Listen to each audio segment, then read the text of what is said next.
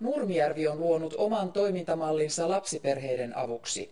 Ideana on käyttää kaikki asiantuntijuus ja ratkoa lasten ja vanhempien ongelmia niin nopeasti kuin mahdollista.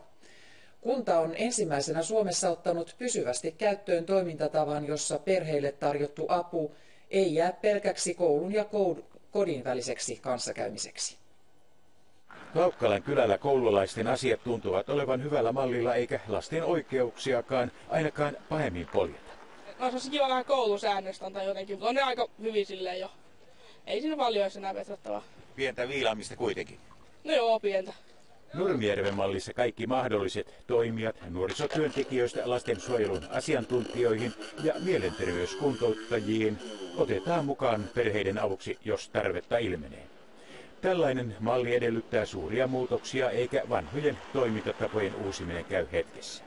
Pieniä askeleita voi ottaa hyvinkin nopeasti, koska kyse on asennoitumisen tavasta, mutta sillä että jos ajatellaan vaikkapa, että kokonaisessa kunnassa kaikki toimijat toimivat tällaisen ajattelutavan kanssa, niin se tie on pitkä, mutta ei mahdoton. Kuunnellaanko lapsia riittävästi? Kyllä, niitä kuunnellaan aika paljon. Ja sitten mutta nykyään on myös hyvä, kun on näitä kaikkia kuraattoreita ja terveydenhoitajia, millä voi sanoa kaikista ongelmista. Jos olisi ollut vaikka jotain omaisuudessa tai himassa tai ongelmia tai tollaisia sitten. Se jäi sanoa aika hyvin. Saatujen kokemusten mukaan lasten aseman kohentaminen ja oikeuksien parantaminen edellyttävät siis avointa keskustelevaa ilmapiiriä. Kuunnellaanko lapsia riittävästi? Lapsia kuunnellaan varmaan aika paljon tällä hetkellä, mutta kyllä mä luulen, että siinäkin asiassa on parantamisen varaa.